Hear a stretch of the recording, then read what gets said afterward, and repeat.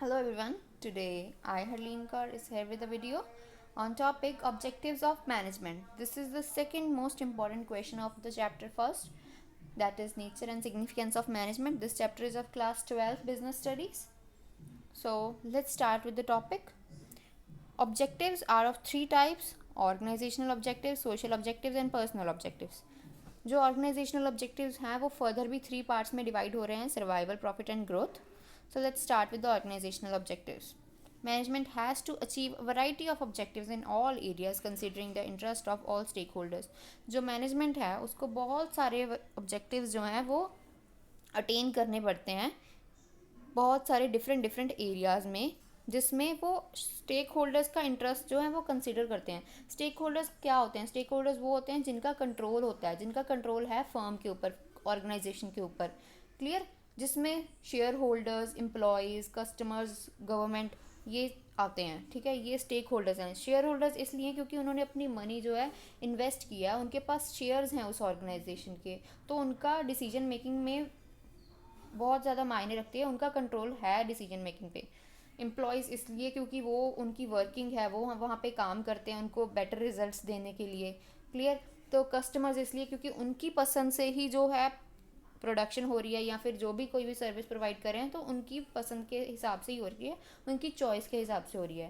Clear? तो government इसलिए क्योंकि उन्हीं से तो रूल्स वगैरह मिले हैं, उनका भी बहुत कंट्रोल है ऑर्गेनाइजेशन के ऊपर.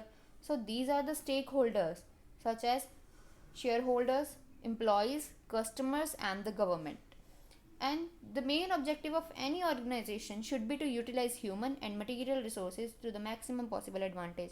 जो main objective होता है किसी भी firm का, वो होता है कि वो अपनी रिसोर्सेज को फुल मैक्सिमम यूज़ करें, पूरा उनका यूज़ करें, अच्छे से उनका फ़ायदा लें, एडवांटेज लें, ताकि कोई भी जो रिसोर्स है उनके पास वेस्ट ना जाए. रिसोर्सेज जैसे ह्यूमन रिसोर्स, मटीरियल रिसोर्सेज में आते हैं इनपुट्स.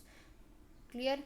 इन मतलब रॉ मटेरियल हो गया, जैसे उनकी मशीनरी होगी, और ह्यूमन रिसोर्सेज में एम्प्लॉयज़ जो उनके पास काम कर रहे हैं. So these are the resources which they need to make the maximum possible advantage of. ठीक है, तो उनके पास जो इकोनॉमिक ऑब्जेक्टिव्स उन्हें फुलफ़िल करने पड़ते हैं, जो हैं survival, profit and growth. Survival जो है बहुत ज़रूरी है हर एक ऑर्गेनाइजेशन का. अगर वो सर्वाइव करेंगे तभी उनका बिजनेस चलेगा. Of course they need much revenues to cover their cost for the survival.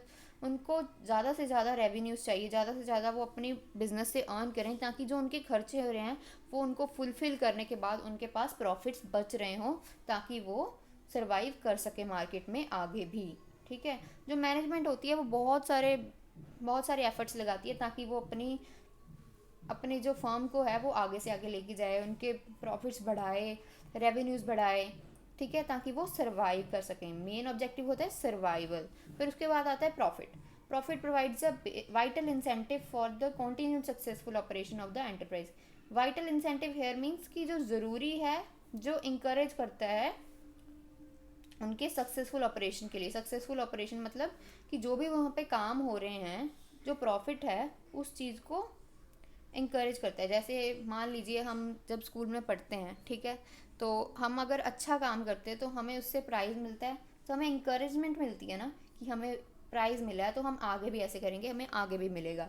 सो ऐसे ही एक बिज़नेस में होता है. जब वो बिज़नेस काम करता है, बिज़नेस में जो भी एक्टिविटी परफॉर्म हो रही होती है, अगर वो अच्छे से हो रही हो, ठीक है, लोगों को पसंद आए, तो वो ज़्यादा से ज़्यादा उस प्रोडक्ट को या सर्विस को परस्यू करते हैं, ज़्यादा से ज़्यादा खरीदते हैं, तो बिज़नेस के पास ज़्यादा रेवेन्यू आती है. ज़्यादा रेवेन्यू मतलब ज़्यादा प्रॉफिट. सो प्रॉफिट एक तरह से उनके लिए वाइटल इंसेंटिव होता है, जो एक ज़रूरी इंकरेजिंग थिंग है, वो होता है प्रॉफिट उनके लिए. क्लियर? तो profit is essential for covering cost and the risk of the business. Profit बहुत ज़रूरी है अपनी कॉस्ट को कवर करने के लिए और रिस्क को कवर करने के लिए. क्लियर? नेक्स्ट है growth. A business needs to add to its prospects in the long run. For it is important for the business to grow. अगर एक बिजनेस को ज़्यादा देर के लिए लॉन्ग रन में जाना है ना, कि आगे से आगे वो जाना चाहते हैं, तो उनकी ग्रोथ बहुत ज़्यादा ज़रूरी है. ग्रोथ इन सेंस कि अगर to remain in industry, management must exploit the growth potential of the organization. जो भी अगर हमें इंडस्ट्री में रहना है ना, तो मैनेजमेंट को है जो ऑर्गेनाइजेशन की ग्रोथ है ना वो रेगुलर वे में रखनी पड़ेगी, ज़्यादा से ज़्यादा। ग्रोथ में आता है कि जैसे वो नई जो टेक्नोलॉजी आई है उसको अटेन करें, क्लियर, जो प्रोडक्शन है वो बढ़ाएं, कस्टमर के टेस्ट के हिसाब से अपने प्रोडक्ट में चेंजेस करें जिससे उनकी ग्रोथ बढ़ सके। सो मेन जो 3 इकोनॉमिक ऑब्जेक्टिव्स होते हैं बिजनेस के वो है survival, profits and growth. Hope it's clear. So move to the next social objective. It refers to creation of benefit for society as a part of society. Every organization, whether it is business or non-business, has a social obligation to fulfill.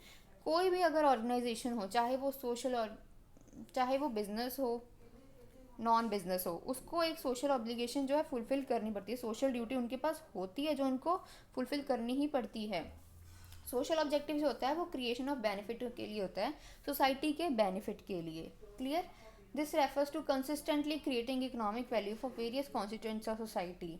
This includes using environment friendly methods of production, giving employment opportunities to the disadvantaged sections of the society, and providing basic amenities like school and crèches to the employees. मतलब इस सब में क्या आता है, social objectives क्या होते हैं, सोशल ऑब्जेक्टिव्स कैसे, मतलब for example this includes using environmental friendly methods. जो भी ऑर्गेनाइजेशंस हो रही हैं उनमें जो मेथड्स यूज़ कर रहे हैं वो प्रोडक्शन के, वो एनवायरनमेंट फ्रेंडली होने चाहिए। एनवायरनमेंट फ्रेंडली मतलब वो एनवायरनमेंट को किसी भी तरह से कोई भी हार्म नहीं पहुंचा रहे होने चाहिए, clear. Giving employment opportunities to the disadvantage section of the society, हमें उन्हें एम्प्लॉयमेंट जो है काम उनको देना चाहिए जो disadvantage sections of the society हैं, वो जिनके पास कोई काम नहीं है, क्लियर, उनको देना चाहिए।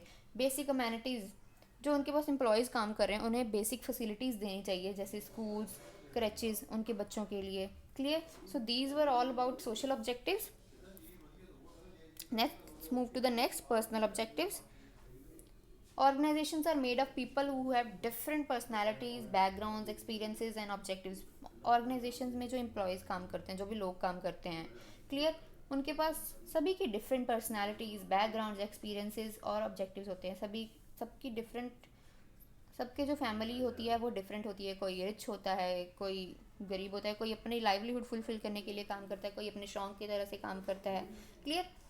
सो उनके डिफरेंट एक्सपीरियंसेस भी होते हैं, किसी ने क्या सफ़र किया है, कोई न्यू है, किसी को कोई बहुत अच्छी फैमिली से है। सो सबकी लाइफ डिफरेंट है और सबके ऑब्जेक्टिव्स भी डिफरेंट है। The needs vary from financial needs such as competitive salaries and perks, social needs such as peer recognition and higher level needs such as personal growth and development.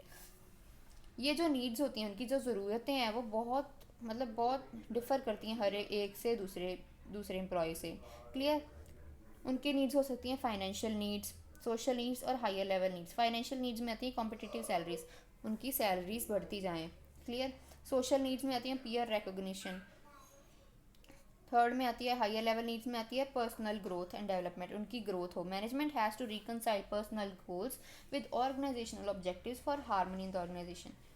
जो management होती है उनको ये जो दोनों goals हैं, personal goals और organizational objectives में उन्हें रिकनसाइल करना पड़ता है, मतलब उन दोनों को मिलाना पड़ता है ताकि जो है एम्प्लॉयज़ है वो अपने फ़ायदा भी ले सकें और ऑर्गेनाइजेशन का भी फ़ायदा करवा सकें, ताकि वो काम करें, उनके दोनों के ऑब्जेक्टिव्स फुलफिल हो सके। Hope it's clear to you all. Thanks and have a nice day.